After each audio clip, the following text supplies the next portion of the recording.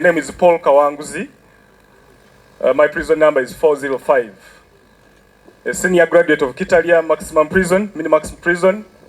We want to thank our leaders, one, for taking charge of us from the time we left here up to the time we actually left Kitalia. Thank you for providing for us. Thank you for welfare. Thank you for everything. If there is any political party that can take charge of its own people, it is the FDC Katonga, now PFF. We want also to report that when we went to Chitalia, we met our colleagues of NUP. They sent you greetings. And want to use this very opportunity to ask the government to release the NUP political prisoners unconditionally, because they did not commit any crime. We are here to give you a story, a brief story of what happened. Of course, we shall not divulge too much into the details, aware that the case is still ongoing in court. So we are not here to give out information that prejudices the what? The proceedings in court. Colleagues, we left on behalf of the 36. I wish to inform you that we left here on the 22nd and 23rd. Some left on the 22nd and some left on the 23rd. And we got to Kisumu. So what happened, I think, is the story of how we got into the hands of the state. So when we got to Kisumu, of course, that day, we were actually arrested. I can't even call it an arrest, I don't know. It's just an abduction. We were actually abducted on the 23rd. In Kisumu at a place called Okweri Pastoral Training Center. So on the 23rd, after having supper, when we were going to sleep, actually, some of our colleagues had even gone to bed. But personally, I had not even gone to bed. I was actually going to bathe. I started hearing colleagues cry. When people were actually, I heard people as if they were robbers, kicking doors. I heard colleagues crying. I heard of concern is Nkonge Charles, whom I heard. What's your name? Nkonge Charles, where are you from? I am from central Uganda. I've been asking everything. Then in Maido, I had my colleague Maido also being beaten and crying loudly. Now they came to my colleague here called Owaman Robert.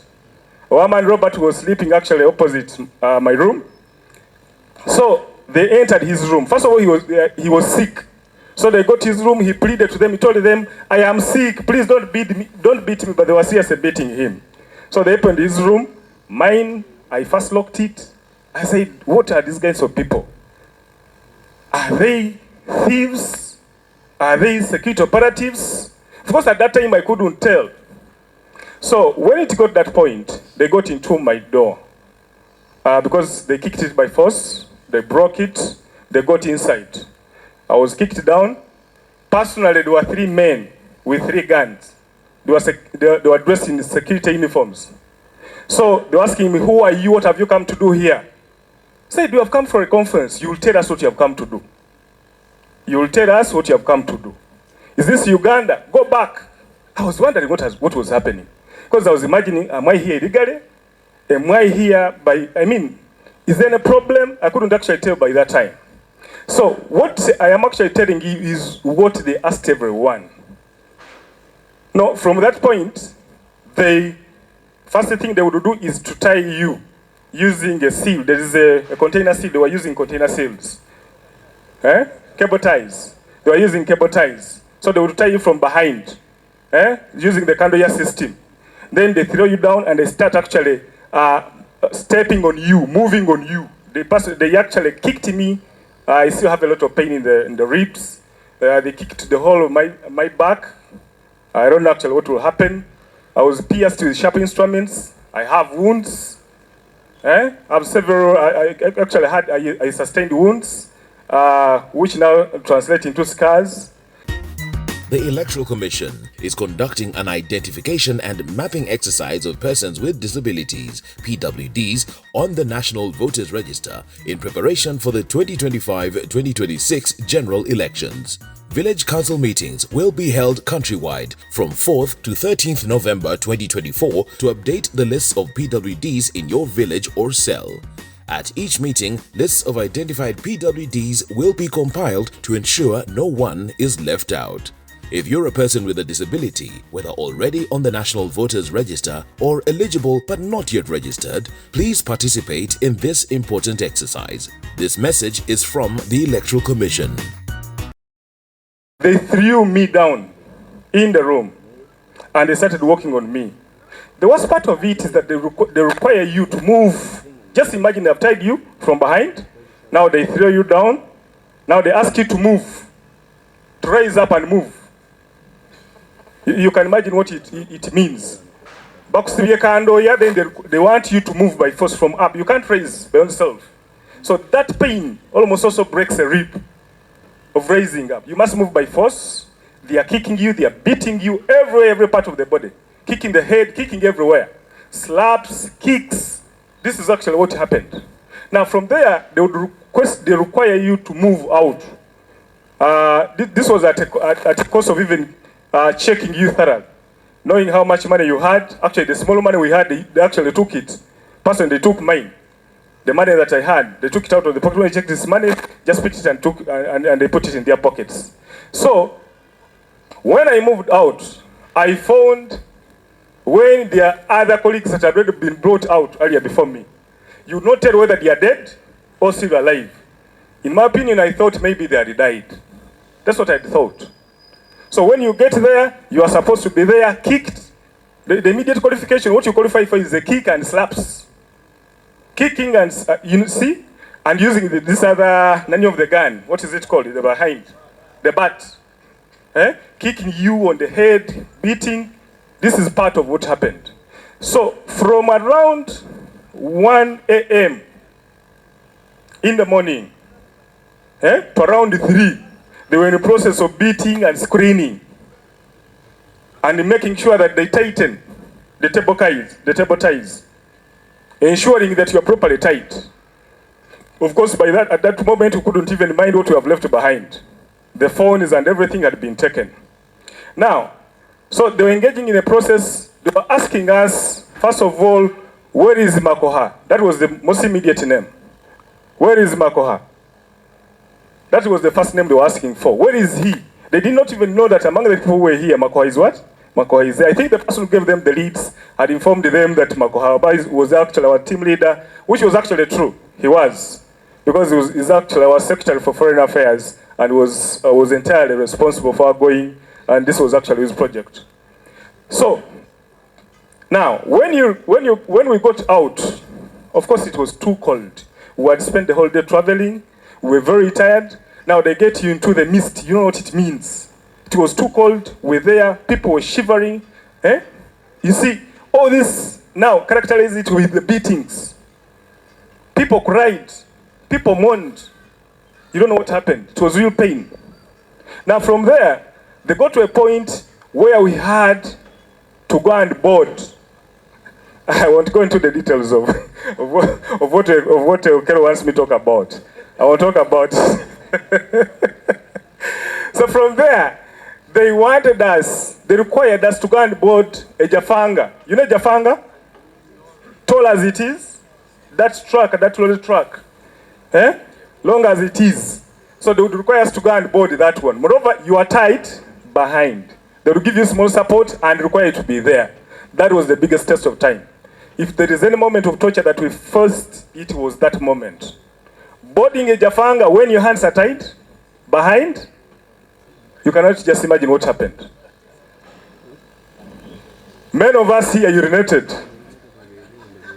Many of us you are saying here. It was tough on us. Don't talk about Nasul. He didn't. It was tough on us.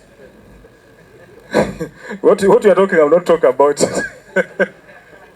So a lot happened, but finally we boarded on the Jafangas. Now, what we saw there, the most important thing we saw is that we laid there for about 30 minutes before we could actually depart. Now, we saw money exchanging hands. But also the other thing that we knew is that at the end of the day, we knew that it was a joint kind of security operation between two countries. Because the security forces now started talking to us in our local languages. For example, when they met Museveni here, Innocent, asking, what is your name? I'm Innocent Museveni Ruvalondesa. So the guy spoke to him in what? Runjankore. They asked a colleague who was a Muganda, somebody turned to Uganda. Muzekola chiwano. You get the whole thing. So they were speaking all languages. So we realized it was some kind of joint security what? Operation. It was between Uganda and Kenya. We actually asked them, what have we done? They said, you will know. So the Kenyan security operatives told us, your president needs you. For us, we don't have any problem, but your president wants you. That's what they told us. We said, so me asked them, so what is this? Is this an arrest? Is this a deportation? Or it is an abduction? Because actually, what they were doing, we could not actually qualify it in any way. We didn't know what it meant. So from there, from around 3 p.m., we were driven on breakneck speed from Kisumu, from Ukweli to Busia border post. Now, the speed they drove us at, just in case we were to have an accident, you wouldn't have even seen any part of us, any single organ of us. Even the hair, you wouldn't have seen it. It was terrible speed. Actually, we survived accidents like 4 times on the way. You get the whole thing. But most importantly, the Electoral Commission is conducting an identification and mapping exercise of persons with disabilities, PWDs, on the National Voters Register in preparation for the 2025-2026 general elections. Village council meetings will be held countrywide from 4th to 13th November 2024 to update the lists of PWDs in your village or cell. At each meeting, lists of identified PWDs will be compiled to ensure no one is left out. If you're a person with a disability, whether already on the National Voters Register or eligible but not yet registered, please participate in this important exercise. This message is from the Electoral Commission. The posts.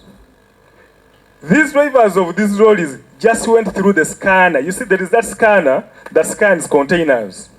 And that thing can even decide to crash you into chapati if you find it in motion. It can crash the whole vehicle into what? So we don't know whether this was the intention of these guys. We can't tell. But this is what we went through. Because at the border post, we don't know whether we were cleared out or we're not. But we are telling you that we just came from Kenya and crossed through the scanner. And for those of you who know the implication, they know what this means. And those at the border were crying, don't do that, what are you doing? You are going to kill people, what are you doing? It was terrible. It was terrible. So we don't know whether it was deliberate, but it remains that that's what they did. Now, we crossed over from this side of Kenya to the side of Uganda, went to the police station. I think they handed over to the police station. Was it on the Ugandan side? I can't even tell. Kenyan side. Because for them, they just wanted to proceed without even going to the police station of what? Of Kenya. So we went there, it was around 6 a.m. And actually we were handed over officially to Uganda. From there they drove us from Busia. They brought us to Kagera Road there. Our neighbor here at ESO headquarters. But you see, they had taken all our phones. We couldn't even communicate with anyone. As we were here in Kagera, we were not even sure whether our leaders here were informed. Because had they to be informed, maybe they would have actually done something.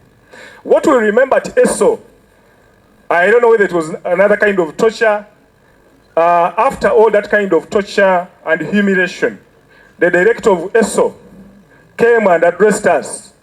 And this is what he said. He said, we are sorry for what has happened. We know that you might have not committed any wrong.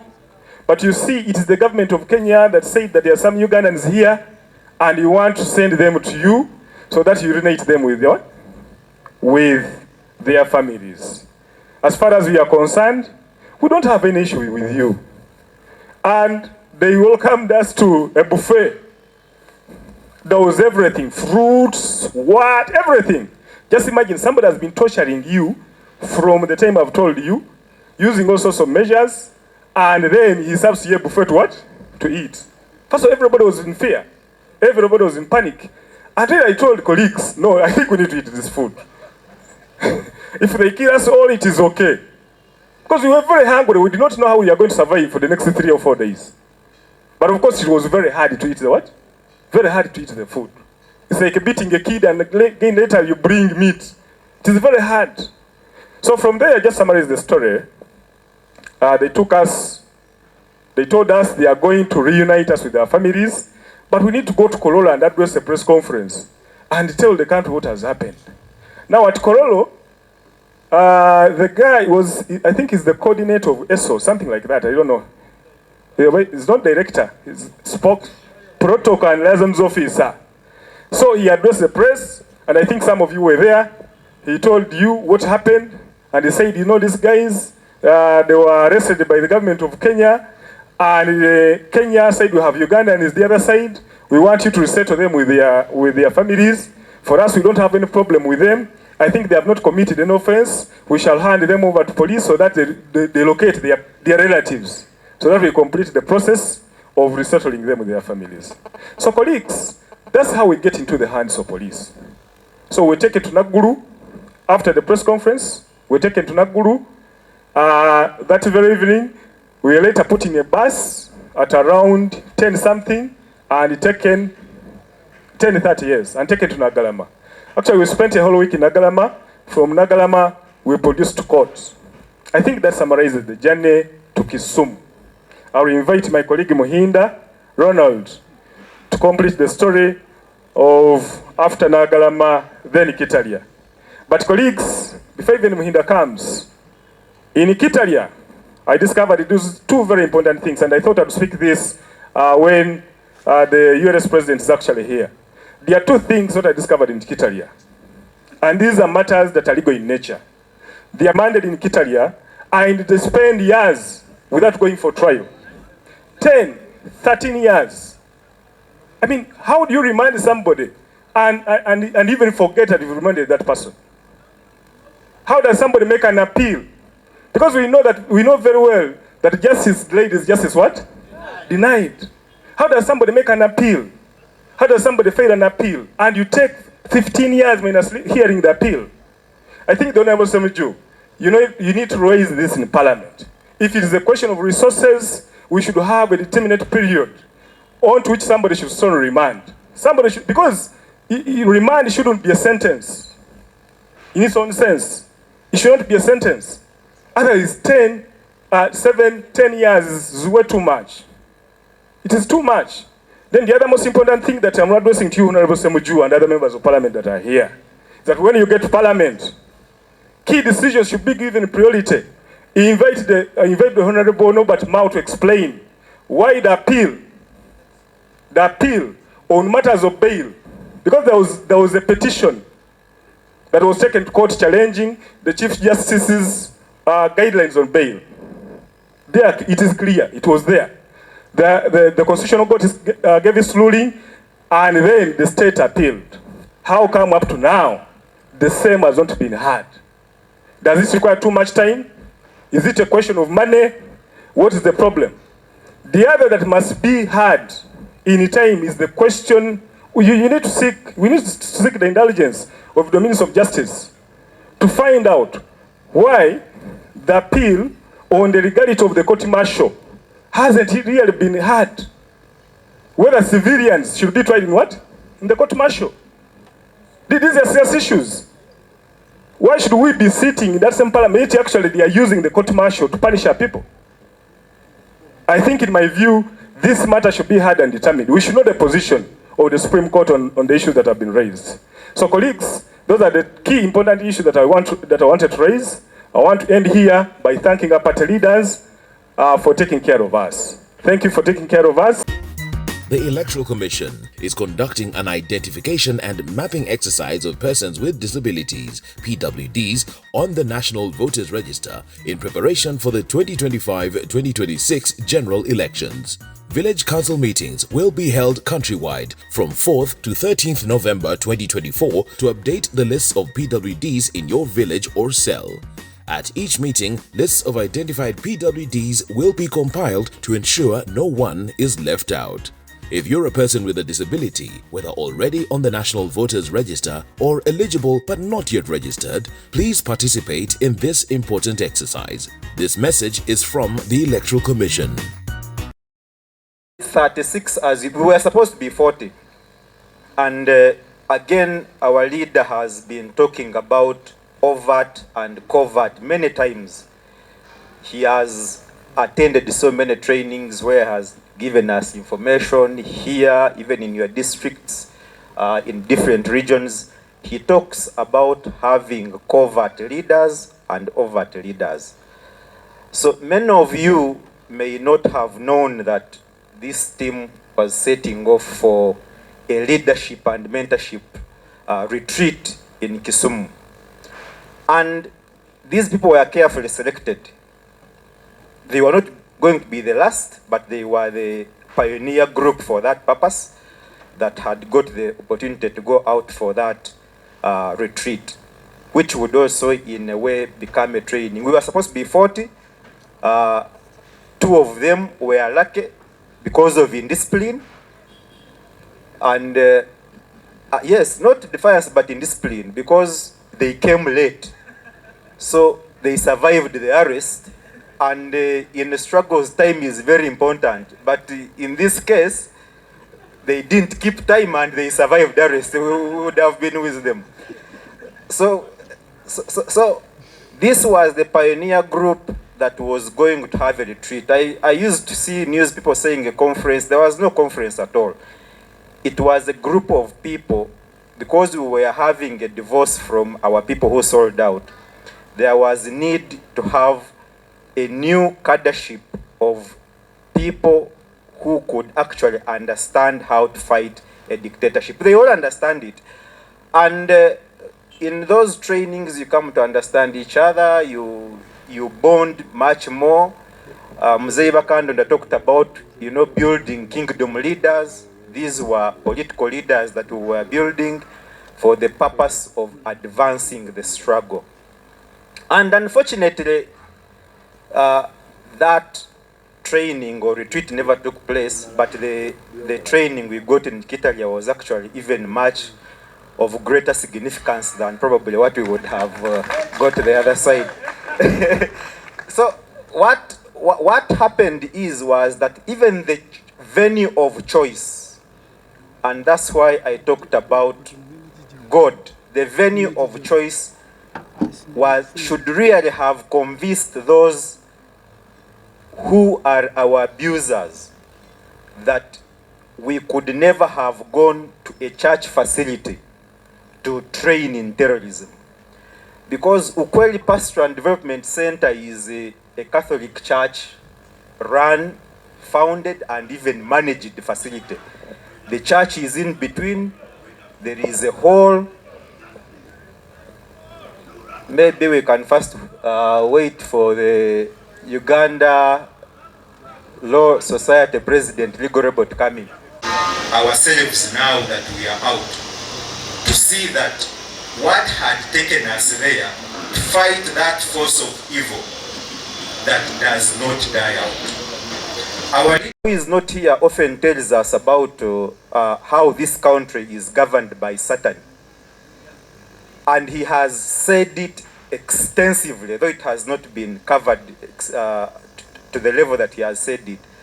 So if we all agree, like we agree this side that we are fighting a dictator, and then we also come to agree that there is also a force of Satan that we are dealing with, then we must have a different mindset that we will have to confront both a dictator and Satan. And to do that, you must go back to the Bible. The Bible tells us that you must be strong and courageous. Okay? And it also commands you that you must not be afraid. You must not be discouraged. You must not be terrified. For the Lord your God is with you. The reason we are here is testament that we can triumph over evil. And so if we allow this force of evil, the devil, Satan, to keep ruling this country will be destroyed. And the destruction is underway. I hope you can see it. The destruction is going on, unabated. But if we, ourselves here, and those of you who are there, decide to work together and fight this Satan, this devil, this force of evil, this country will be liberated. And I believe we are a force of liberation that can achieve that goal. Thank you very much. The Electoral Commission is conducting an identification and mapping exercise of persons with disabilities, PWDs, on the National Voters Register in preparation for the 2025-2026 general elections. Village council meetings will be held countrywide from 4th to 13th November 2024 to update the lists of PWDs in your village or cell. At each meeting, lists of identified PWDs will be compiled to ensure no one is left out. If you're a person with a disability, whether already on the National Voters Register or eligible but not yet registered, please participate in this important exercise. This message is from the Electoral Commission.